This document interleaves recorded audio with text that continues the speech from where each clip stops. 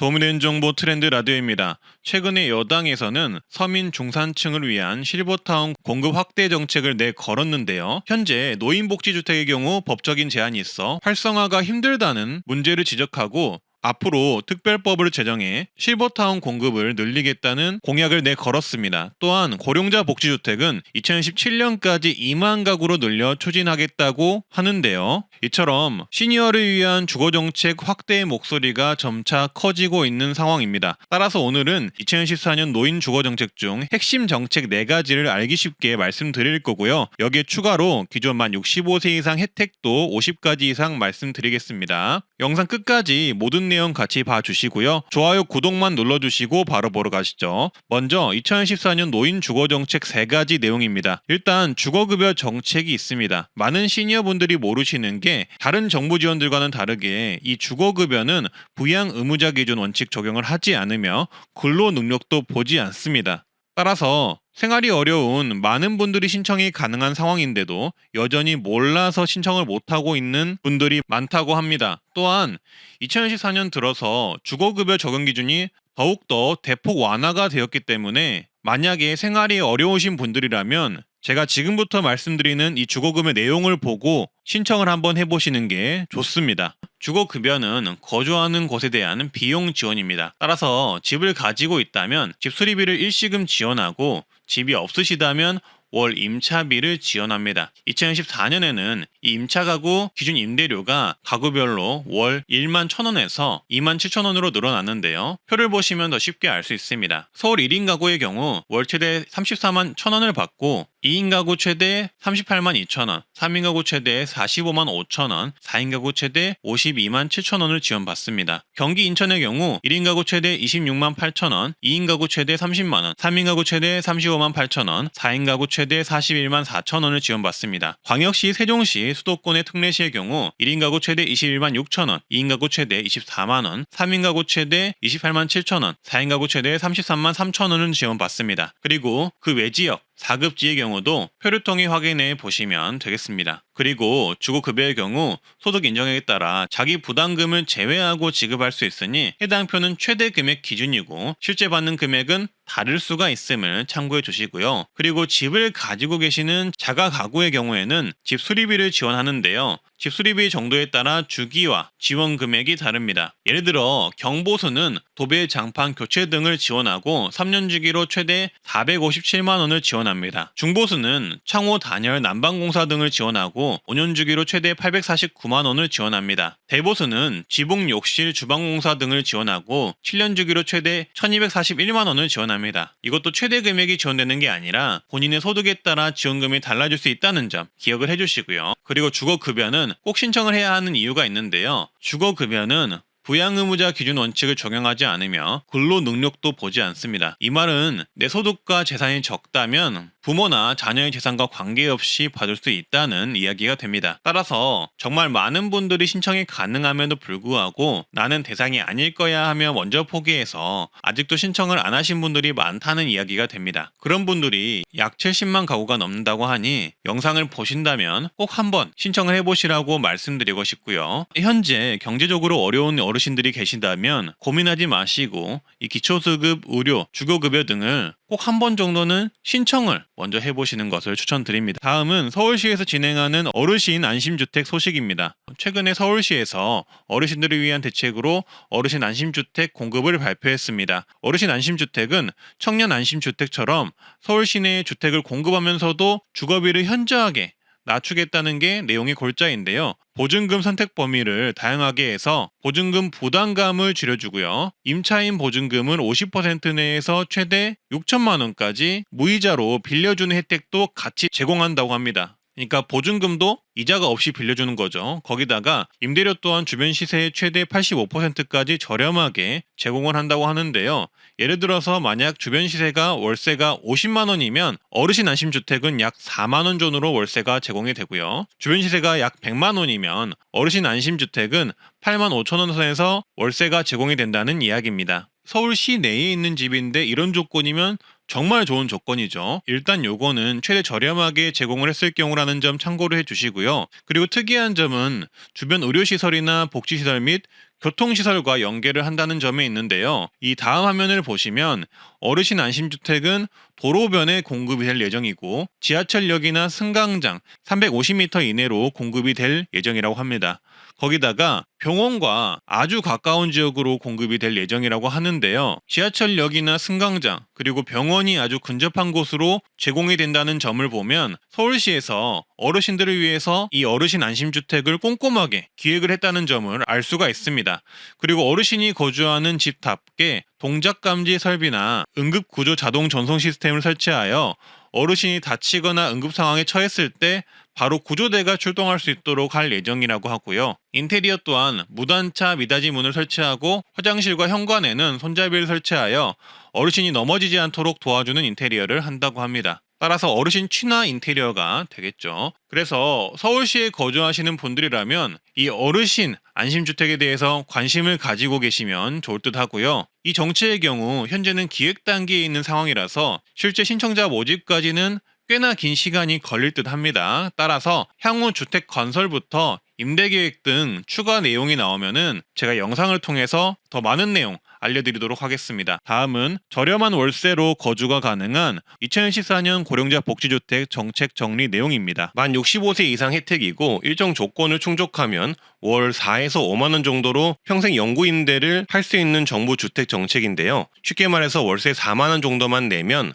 정부에서 제공하는 아파트를 이용할 수 있는 정부 지원 주택인 거죠. 대부분 신규 건물로 지어지고 사회복지관도 같이 있으면서 어르신이 다치지 않도록 안전바, 응급벨들이 설치되는 어르신 친화 건물이다 보니 아시는 분들에게는 폭발적인 인기가 있다고 합니다. 따라서 영상 끝까지 보시고요. 구독, 좋아요만 눌러주시고 바로 보러 가시죠. 먼저 해당 정책의 정확한 정책명은 고령자 복지주택이라고 하는데요. 고령자 복지주택은 예전에 공공실보주택이라고 불리기도 했었습니다. 65세 이상 저소득 어르신을 대상으로 주거와 복지 서비스를 함께 제공하는 주택이라고 보시면 됩니다. 하지만 그렇다고 해서 65세 이상이라고 아무나 들어갈 수 있는 주택은 아니고요. 입주 대상이나 우선순위 조건이 있는데요. 자세한 건 입주 공고를 보는 게 더 정확하지만 간략하게만 말씀드리자면 1순위는 생계의료급여 수급자, 2순위는 국가유공자, 3순위는 도시근로자 가구당 월평균 소득 50% 이하, 4순위는 기준중위소득 150% 이하가 신청 가능합니다. 기준중위소득 150% 이하가 신청 가능하다는 조건이 여기 있기 때문에 그렇더라도 많은 분들이 신청이 가능한데요. 일단 현재는 주택 공급 물량이 적다 보니 대부분은 1순위, 2순위 위주로 입주가 된다고 보시면 되겠습니다. 하지만 이런 정보의 경우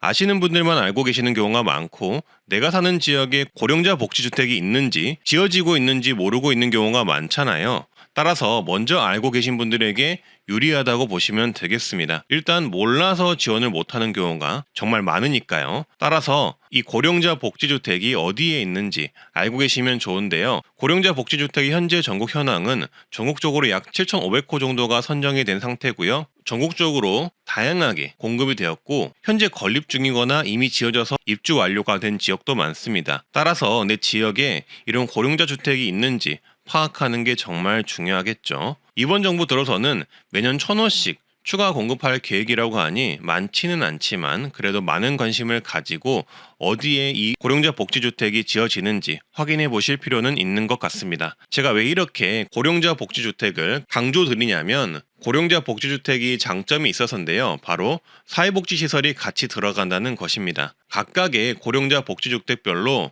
제공되는 사회복지시설이 다르긴 하지만 헬스케어 시설, 간호사실, 무료식당, 사우나실, 물리치료실 이런 시설들이 같이 운영이 되고요. 결국 종합사회복지시설이 아파트 내에 있다는 건데 사회복지관을 통해 어르신분들끼리 교류도 하고 사회복지사에게 정보도 얻고 몸이 불편할 때는 도움도 얻을 수 있다는 크나큰 장점이 있는 곳입니다. 어떤 곳은 간호사실도 배치가 되는 곳도 있으니 생활하기에 정말 도움이 많이 되는 곳이라고 볼 수 있겠죠. 그리고 주택 또한 어르신들이 생활하기 편리한 노인 친화 인테리어로 지어져 있는데요. 충격 완화 바닥재, 어르신 안심 센서, 비상 연락 장치, 화장실 안전 손잡이, 가스 밸브 높이 조정, 복도 안전 손잡이 등 어르신들이 낙상의 위험에 처하지 않게 하고 비상 상황 시 비상벨을 눌러서 위험을 알릴 수 있는 인테리어로 구성이 되어 있습니다. 이런 고령자 복지주택이 어디에 있는지, 모집 방법, 신청 방법은 이렇습니다. 네이버에 검색을 해보시면 마이홈포털이라는 정부가 운영하는 공공임대 관련 홈페이지가 있습니다. 이 마이홈포털 홈페이지에 들어가셔서 공공주택 찾기라는 서비스를 눌러서 들어가 주시면 현재 정부가 제공하는 영구임대 아파트들을 알 수가 있는데요. 화면에서 보시듯 이 영구임대 버튼을 누르고 검색을 누르면 현재 영구임대 주택 공고가 뜬 곳을 알 수가 있습니다. 그 목록 중에서 이 고령자 복지주택에 대한 공고가 있으면 해당 공고에서 입주 조건과 월 임대료, 보증금, 우선순위, 선정기준, 신청 방법 등을 알 수 있습니다. 내가 사는 지역의 공고라면 더욱더 필수로 확인해 보시는 게 좋겠죠. 영상을 촬영한 현재 기준으로는 올라온 공고가 없지만 바로 얼마 전에 12월 달 초에 공고가 올라온 것을 알 수가 있었는데요. 이처럼 이렇게 공고를 통해 모집을 하기 때문에 공고가 올라오는지 확인하는 게 중요합니다. 근데 이걸 어르신분들이 매번 보고 있기도 어렵고 문서만으로는 확인이 힘드실 것이라고 생각이 듭니다. 따라서 이 부분에 대해서 찾아보니 주민센터에서도 문의를 해볼 수 있다고 하거든요. 다만 고령자 복지주택은 전국적으로 건립된 곳이 상당히 적기 때문에 주민센터에 물어보실 땐 내가 사는 지역에 고령자 복지주택이 있는지, 있다면 모집 공고를 언제 하는지 아니면 언제 건립할 예정인지 이런 내용들을 미리 확인하는 수준의 문의를 하실 수 있을 듯 합니다. 그리고 만약 고령자 복지주택이 주변에 있다면 모집 공고 예상 일정을 꼭 한번 파악해 두시는 게 좋겠습니다. 그리고 여러분들이 가장 중요하게 생각할 만한 매월 내는 월 임대료 입주 조건을 예시를 통해 설명을 해 드릴 텐데요. 지난 모집 공고를 보면서 말씀드리겠습니다. 군산에 있는 고령자 복지주택의 예시고요. 가군의 경우 임대보증금을 240만 원을 했을 경우 월 48,000원만 내면 되고요. 임대보증금을 최대로 했을 시 3만 원만 내면 됩니다. 가장 저렴한 월 임대료가 월 3만 원이에요. 그리고 나군의 경우 임대보증금 1,100만 원이면 12만 원 월 임대료를 내면 됩니다. 가군, 나군을 나누는 기준은 해당 표를 봐주시면 됩니다. 그리고 다음 예시는 영암 남풍 고령자 복지주택입니다. 여기는 이렇게 저층에 사회복지시설이 들어가고 위층에 주거공간이 위치하는데요. 지상 1층에는 관리사무실, 강당, 건강관리실, 휴식공간, 식당 등 사회복지시설이 들어간다고 합니다. 2층에는 치매 노인 케어실, 집단활동실 등이 들어가고요. 집 크기는 두 개로 구성이 되어 있는데요. 각각 전용 면적 26제곱미터의 원룸형과 작은 방이 딸린 전용 면적 36제곱미터의 집이 있습니다. 일단 26제곱미터의 월 임대료는 47,000원 선이고 보증금을 최대인 430만 원을 넣는다면 약 35,000원의 임대료만 내시면 이 고령자 복지주택을 이용할 수 있습니다. 36제곱미터의 크기는 약 월 임대료 3에서 6만 원대로 이용이 가능하고요. 여기도 가군, 나군에 따라 보증금과 임대료가 다를 수 있습니다. 이처럼 전국 각지에는 다양한 고령자 복지주택이 있으며 어르신분들께서는 본인이 사는 지역에 고령자 복지주택이 어디에 있는지 혹은 어디에 공급 예정인지 파악하실 필요가 있습니다. 고령자 복지주택 한 곳을 방문을 해봤는데요.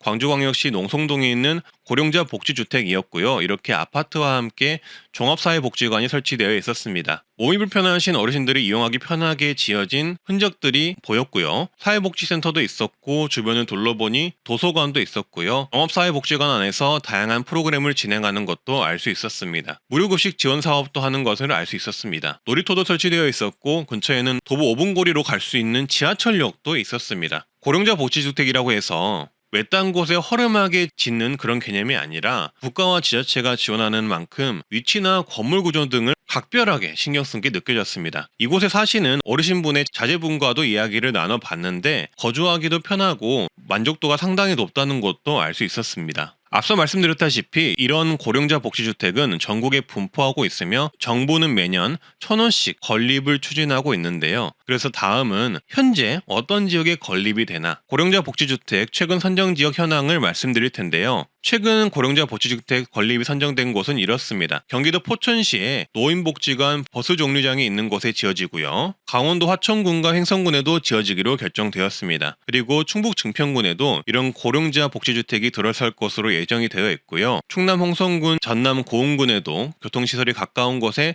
고령자 복지주택이 지어집니다. 경기도 부천시에도 지어지네요. 그리고 경북 포항, 전북 부안군에도 지어지고요. 인천 계양구, 경기도 하남시에도 이 고령자 복지주택이 들어섭니다. 또한 2022년 자료를 보면 경기 광주시, 강원도 평창, 전라북도 순창, 경남 하동, 남양주시 등에도 지어진다고 하니 이 부분 참고해 주시면 되겠습니다. 고령자 복지주택은 전국이 분포가 되어 있고 7,500호가 선정이 되었고 앞으로도 매년 1,000호씩 선정에 건립할 예정이라고 합니다. 어르신에게 도움이 되는 정보 트렌드 라디오입니다. 오늘은 만 65세 이상이면 받을 수 있는 혜택 말씀드릴 예정입니다. 아마 모르고 계시는 혜택도 있을 거고 알고 계시는 혜택도 있을 텐데 복수 차원에서 보셔도 좋고요. 라디오처럼 편하게 끝까지 들어보세요. 구독, 좋아요 한번 눌러주시고 바로 보러 가시죠. 최신 정보로 1,300만 인구 경기도는 70세 이상 노인이 도내 프로스포츠 관람을 하시면 관람료 75% 할인을 받을 수 있습니다. 여기에 추가로 23년 7월부터는 동반 1인까지 75%가 할인이 됩니다. KT 위즈 야구 경기부터 시작해서 수원 삼성 수원FC, 성남FC, 부천FC, 안양FC 등 축구 경기는 물론이고 농구, 배구까지도 도내 프로스포츠 구단이라면 경기 관람하실 때 할인 혜택 받으실 수 있습니다. 그리고 다음 내용인데요. 이건 진짜 대부분 모르실 겁니다. 세무와 관련해 무료 상담이 가능한 마을 세무사라는 정책이 있습니다. 행정안전부에서 하는 정책으로 각 지역마다 마을 세무사를 두고 세무와 관련된 상담을 무료로 받을 수 있도록 돕는 정책인데요. 보통 세무 관련 상담 받으려면 상담비를 내거나 하는데 정부가 지원하는 마을 세무사를 통하시면 무료로 상담 받을 수가 있는 거죠. 그래서 이 마을 세무사 정책은 보통 우선 전화, 팩스, 이메일을 통해 상담이 가능하고 추가 상담이 필요할 시 직접 상담이 가능하다고 합니다. 그리고 우리 동네의 마을 세무사를 찾는 법은 지역 콜센터에 전화하시면 되는데요. 지역번호 플러스 120을 눌러서 전화를 한 후 가까운 지역 마을 세무사 연락처를 받으시면 된다고 합니다. 지역번호가 031이면 031-120을 누르시면 되겠죠.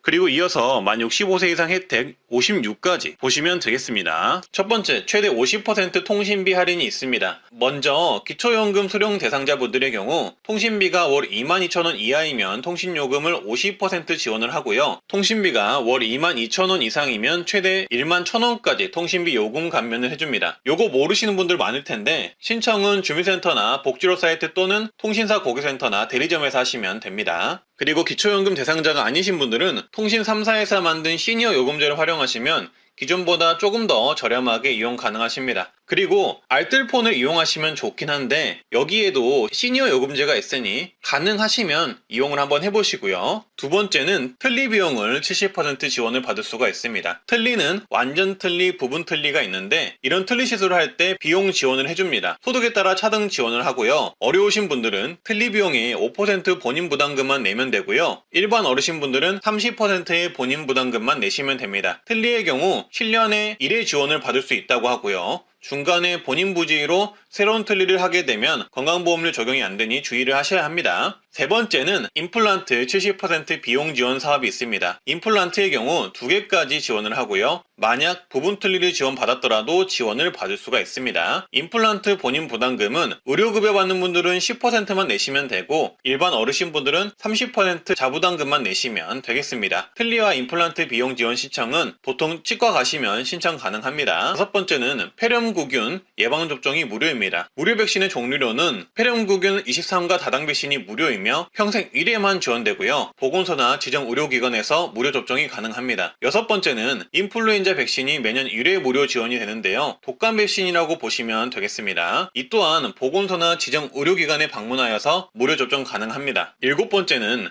대상포진 예방접종 지원 및 무료 접종 혜택이 있는데요. 주의하셔야 할 것은 이 혜택은 지자체마다 혜택이 다 다릅니다. 대상포진 예방접종을 무료로 해주는 곳도 있고 비용의 일부만 지원해주는 곳도 있고 비용 지원을 전혀 안 해주는 곳도 있습니다. 따라서 대상포진 예방접종 지원은 내가 사는 지역이 지원을 해주는지 보건소에 문의를 해보시면 되겠습니다. 여덟 번째는 KTX, ITX, SRT 새마을호 등 기차 할인이 30% 할인이 됩니다. 평일에만 30% 할인이 가능합니다. 하고요. 통근 열차는 무려 50% 할인이 됩니다. 현장 예매, 스마트폰 앱 상관없이 모두 할인이 가능합니다. 아홉 번째는 지하철 무료가 되고요. 만 65세 이상이시라면 거주지가 아닌 다른 지역으로 놀러 가시거나 일부러 가셨더라도 해당 지역에 지하철이 있다면 무료로 이용 가능하십니다. 요새 65세 지하철 무료로 되게 말들이 많은데요. 70세로 올린다는 얘기가 있긴 하지만 이거는 당장 시행될 수가 없습니다. 어르신들의 반대도 꽤 크고 해서 시행되더라도 오랜 시간에 걸쳐서 변경될 사안이기 때문에 가짜 유튜버들한테 속지 마시길 바라겠습니다. 10번째는 버스비, 택시비 지원이 되는 곳들이 있는데요. 각 지자체마다 지원해주는 곳이 있고 안 해주는 곳이 있습니다. 그래서 이 부분의 경우 사시는 곳 지자체에 교통비 지원이 있는지 꼭 확인을 해 주셔야 하고요. 11번째는 국내선 항공료 10% 할인을 받을 수가 있습니다. 아시아나 대한항공 기준 10% 항공료 할인이 국내선에 한해서 있는 것을 확인을 했는데요. 근데 요새는 인터넷 예매가 저렴한 편이라서 저가 항공사나 인터넷 예매가 더 저렴하다는 점 말씀드리고요. 이 혜택은 급하게 현장 예매하실 때 유용할 듯 합니다. 12번째, 바닷길도 할인이 되는데요. 국내 여객선을 이용하면 20% 할인을 받을 수가 있고요. 13번째, 고궁, 능원, 국공립공원은 모두 무료로 입장 가능합니다. 그리고 국립박물관과 국립미술관 입장 무료가 가능하시고요. 국공립국악원은 50% 할인이 됩니다. 또한 정부 및 지자체에서 운영하거나 정부 지원 법인에서 운영하는 공연장도 50% 할인이 됩니다. 17번째는 공공 및 민간 분양 특별공급주택, 아파트의 경우 신청 자격이 될 수가 있는데요. 보통 노부모 부양자 혜택이라고 하는데 자녀가 65세 이상 직계존속을 3년 이상 계속 부양하는 경우 이 특별공급 대상자로 들어갈 수가 있다고 합니다. 그리고 수급자 어르신의 경우 공공임대 시 1순위로 지정되거나 공공주택 신청 시 가산점을 받을 수가 있고요. 19번째는 공공실보주택과 고령자 매입 임대주택을 신청할 수가 있는데요. 공공실보주택은 어르신들을 위해서 설계된 아파트로 아파트 내에 사회복지시설이 설치된 주택이고요. 고령자 매입주택은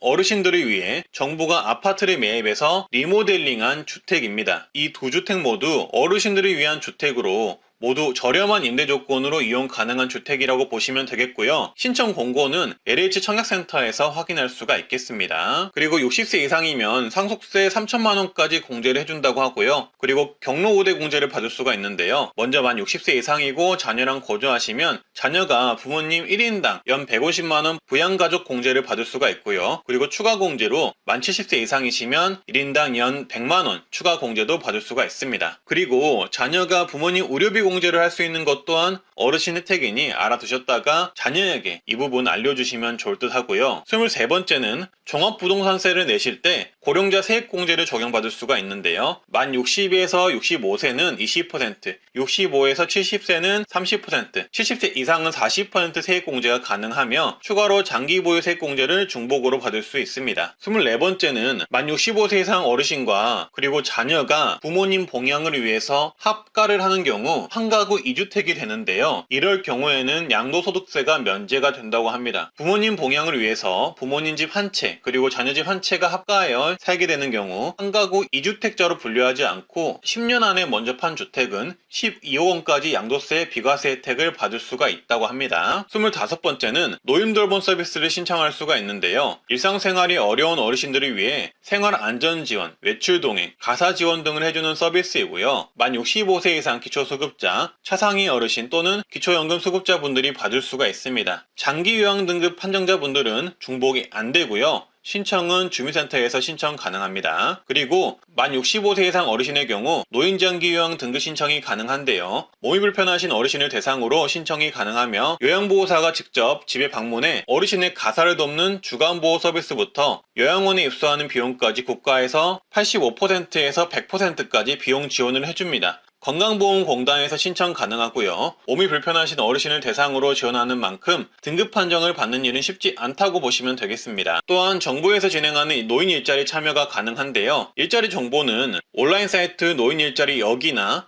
주민센터, 노인복지관 등에서 확인하실 수 있습니다. 영상 더 보시기 전에 구독, 좋아요 한번 해주시면 감사하겠고요. 그리고 29번째는 기업 혜택으로 영화관 할인도 있는데요. CGV, 메가박스, 롯데시네마 등 대부분의 영화관이 경로 우대를 하며 비용은 대략 7,000원에서 만원 정도로 볼 수 있다고 합니다. 일반 영화 관람 비용이 요새는 15,000원에서 2만원 정도 비용이 드는데 비교적 저렴하게 볼 수가 있네요. 30번째는 독거노인 응급안전서비스 신청을 할 수가 있습니다. 집안에 응급 호출 버튼과 화재 및 활동 감지기 등을 설치해 준다고 하고요. 기초생활수급자 차상위 노인 맞춤 돌봄 서비스 대상자 중 안전 확인이 필요한 만 65세 이상 어르신이 주민센터를 통해 신청 가능합니다. 그리고 현재 은행들은 어르신 수수료를 면제해주고 있는 추세인데요. 신한은행은 창구 이용 시 60세 이상 고객일 경우 송금 수수료를 올해 2023년부터 면제를 해준다고 합니다. 또한 ATM 수수료의 경우 65세 이상 고령층이시면 영업시간 이내라면 주거래은행은 물론이고 타은행에서 거래하더라도 무료라고 합니다. 다만 농협, 신한, 우리하나, 기업 KB 국민은행을 이용할 경우에만 가능하다고 하니 참고해 주시고요. 32번째 충북은 만 65세 이상 어르신의 경우 의료비 후불제 사업을 시범 운영한다고 하는데요. 의료비 후불제는 의료비 부담으로 제때 치료를 받지 못하는 취약계층 어르신분들을 위해 의료비 대납을 먼저 해주고 환자가 나중에 무이자로 장기 분할 상환하는 제도라고 합니다. 그래서 충북은 도내 만 65세 이상 기초생활 수급자, 차상위, 보훈대상자, 장애인분들을 위해서 시범 운영을 한다고 합니다. 33번째는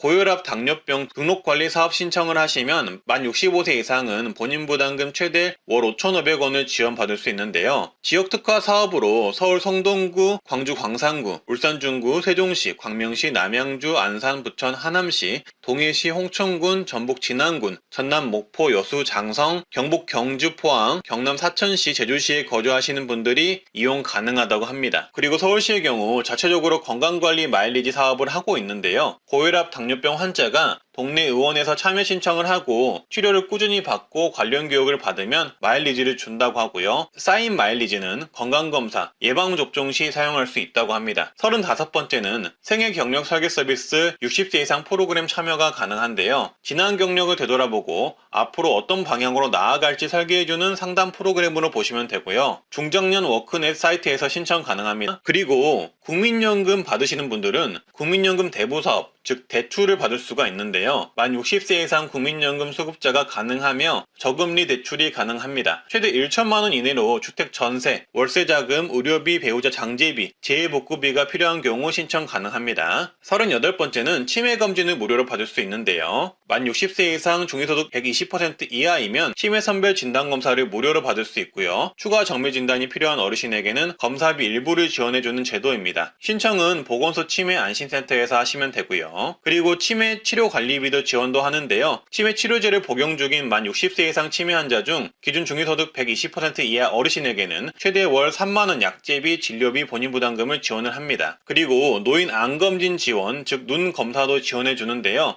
만 60세 이상 어르신이 지원 대상이고요. 신청자가 많으면 저소득층을 우선 지원한다고 합니다. 또한 만 60세 이상 기초수급자, 차상위 한부모 가족 어르신은 안과수술비 지원도 해주는데요. 백내장, 망막질환 등 안질환자의 개안수술 비용 본인 부담금을 전액 지급한다고 합니다. 신청은 시군구 및 보건소 문의 후 신청하시면 되겠습니다. 42번째는 만 60세 이상 취약계층 어르신은 무릎 인공관절 수술비 지원을 받을 수가 있는데요. 한쪽 무릎 기준 120만원 한도 실비 지원을 하고요. 기초수급자 차상위 계층, 한부모 가족 어르신이 지원 대상자입니다. 신청은 지역 보건소에 하시면 된다고 합니다. 저희 어머니 같은 경우는 한쪽 수술에 수술비, 입원비, 재활병원비 포함해서 대략 400에서 500만원 정도 수술 비용이 들었는데요. 비용이 만만치가 않기 때문에 생활이 어려우신 분들은 이런 제도를 활용해 보시면 좋을 듯 합니다. 그리고 늘 배움 사이트에서 무료로 다양한 강의를 들을 수가 있는데요. 시니어분들께 유용할 만한 컴퓨터, 외국어, 시니어 관련 강의를 모두 무료로 들으실 수 있습니다. 그리고 다음은 만 60세 이상이면 4,000원에 1시간 안마를 받을 수 있는 안마 바우처 신청이 가능한데요. 4만원짜리 시각장애인의 전문 안마 서비스를 4,000원에 주 1회씩 12개월간 받을 수 있는 서비스입니다. 신청 대상은 중위소득 140% 이하 또는 기초연금 수급자가 가능하고요. 근골격계, 신경계, 순환계 질환이 있는 분들이 가능하지만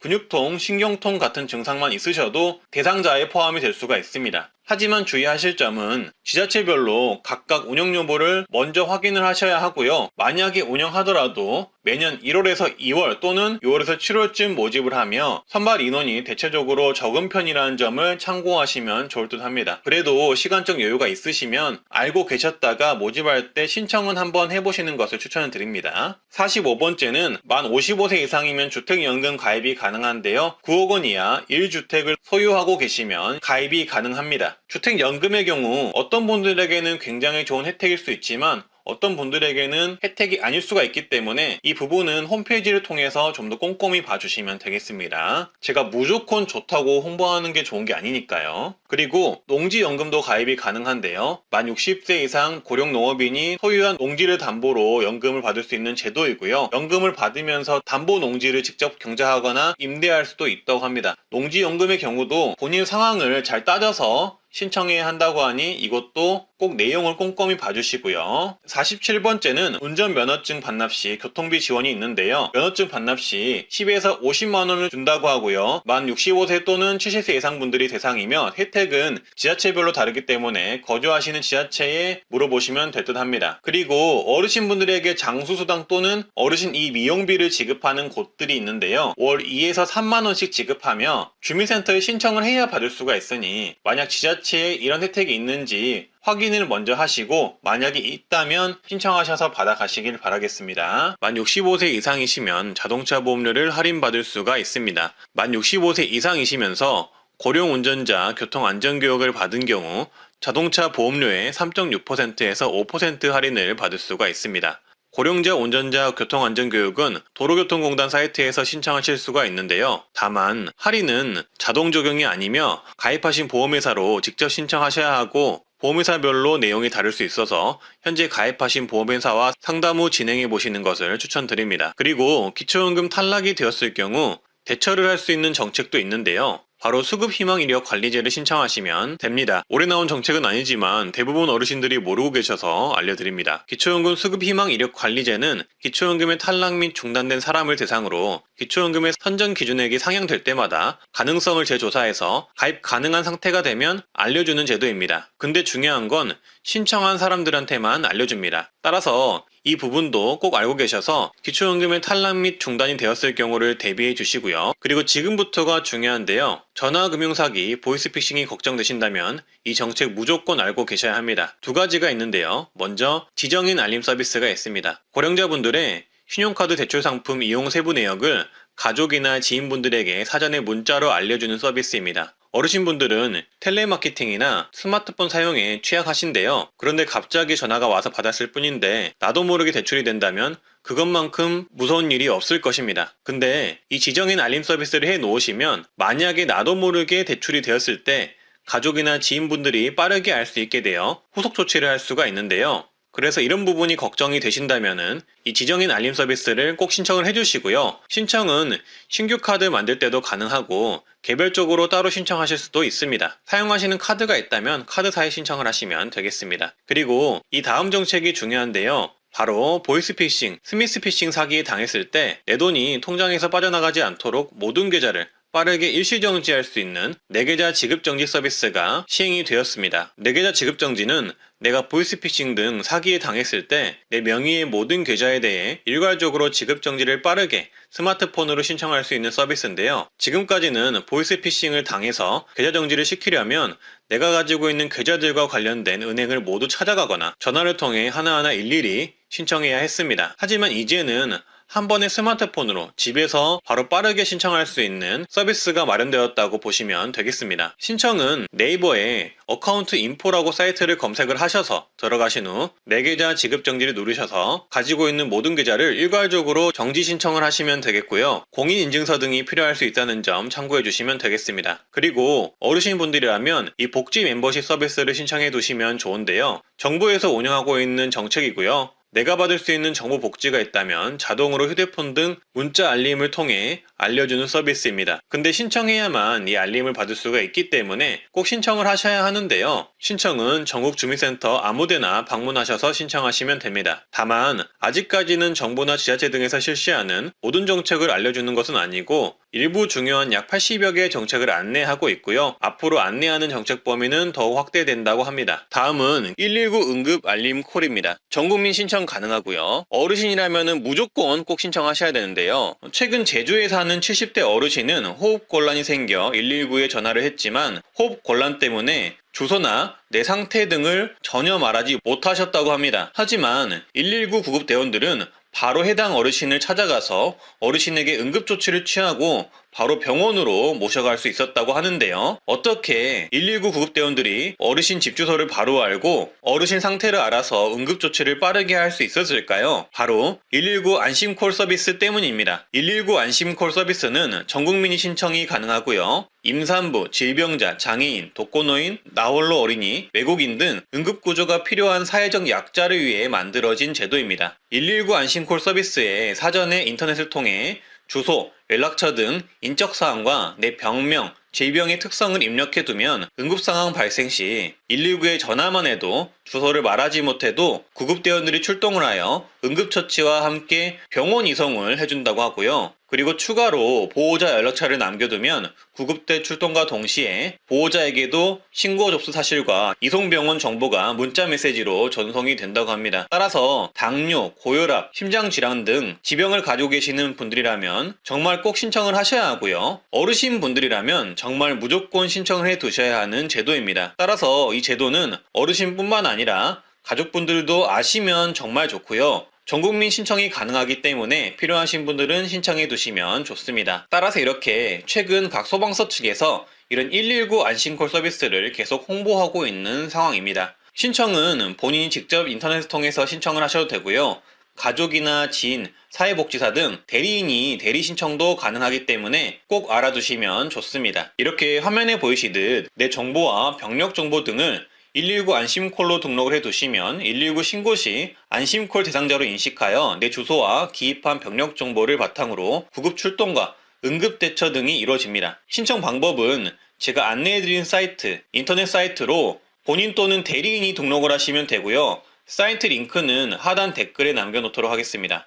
사이트에 들어가시면 모바일은 처음 화면에서 안심콜 서비스 메뉴 누르시고 들어가셔서 신청을 누르시면 되고요. 컴퓨터의 경우 상단 메뉴에서 이렇게 안심콜 서비스 신청을 찾아 들어가셔서 신청하시면 됩니다. 그리고 만 65세 이상이시면 비과세 종합저축 가입이 가능한데요. 저축하실 때 비과세 종합저축 가입 상품에 저축하시면 15.4% 이자세액을 면제받을 수 있습니다. 예를 들어 5% 금리 1년 예금 상품에 1천만 원을 저축하여 가입하셨고 비과세 종합저축 상품이라면 만 65세 이상이시면 이자세금 약 7만 원 이상을 절약하실 수가 있습니다. 그리고 마지막으로 만 65세 이상 국민연금을 받는 분들이라면 혜택이 있는데요. 우리카드, 국민연금증 신용카드를 발급하시면 버스요금 지원 월 최대 5,000원을 해주고요. 그리고 KTX 승차권의 경우 원래 만 65세 혜택인 주중 30% 할인 외로도 추가 10% 할인을 해준다고 합니다. 또한 만 75세 이상이면 공항 라운지 무료 이용 서비스와 리무진 버스 1만원 제공, 공항철도 무료 승차권 제공, 공항 발리파킹 무료 이용권 제공 등의 혜택이 있다고 합니다. 최근 알게 된 기초연금 탈락 유형 사례인데요. 바로 개, 동호회, 모임 등 모임 회비를 개인 계좌로 관리하시면 기초연금 신청할 때 탈락될 수 있다는 소식입니다. 친구나 형제 자매끼리 해외여행을 가기 위한 개모임이나 스포츠 동호회, 자녀 결혼계, 경조사계 또는 문중활동 등을 하시면 총무를 맡게 되는 경우가 있는데요. 이럴 때 간혹 기초연금이 탈락된다는 내용입니다. 왜냐하면 모임 회비는 단위가 클 수 있는데 이걸 개인 계좌로 관리했을 경우 내 금융재산으로 모두 반영이 될 수 있기 때문입니다. 이럴 경우에는 단체 계좌로 변경하여서 관리하시면 되는데요. 단체 계좌 만드는 방법은 세무서를 가셔서 임의단체를 개설하고 고유번호를 받으신 후 단체 명의로 계좌 개설을 하셔도 되고요. 아니면 은행에 임의단체 확인 증명 서류를 제출하고 단체 계좌로 관리하는 방법이 있습니다. 임의단체 확인 서류는 은행마다 다를 수 있고요. 그리고 이 경우에는 단체 명의 개설은 힘들지만 대표자 명의로 계좌 개설을 하고 단체명을 넣으시면 됩니다. 예를 들어서 김철수 중학교 동창회 이렇게 만드시면 되겠습니다. 따라서 이렇게 단체 계좌를 만드신다면 기초연금 선정 시 모임 회비 때문에 기초연금에 탈락하는 경우는 피하실 수 있습니다. 이상 만 65세 혜택은 끝이고요. 도움이 되셨다면 구독, 좋아요 한번 해주시면 정말 감사하겠습니다. 트렌드 라디오 기억해 주시고요.